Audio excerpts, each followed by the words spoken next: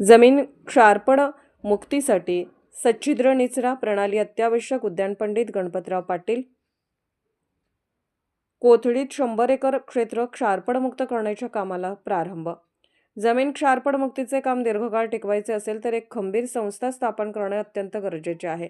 निचरा प्रणालीची देखभाल, संघटनात्मक बांधणी व सातत्य राखण्यासाठी संस्थेची भूमिका महत्त्वाची आहे. आज क्षारपणमुक्तीचे कार्य देशभर पसरले असून त्याची सुरुवात आपल्या तालुक्यातून झाली आहे.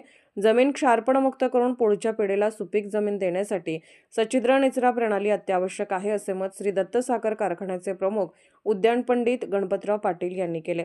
स्वागत व प्रास्ताविक करताना ऋषभ पाटील यांनी या प्रकल्पाची माहिती दिली. माळीम मळा, मगदूम मळा, मुदकांना संकाई, ढूम, सावकर, बुर्ले, देखांना मळा, इंगळे मळा या परिसरातील एकूण 100 एकर क्षेत्र या प्रकल्पातून क्षारपण मुक्त होणार असल्याचे त्यांनी सांगितले. आभार प्रकाश पुजारी यांनी मांडले.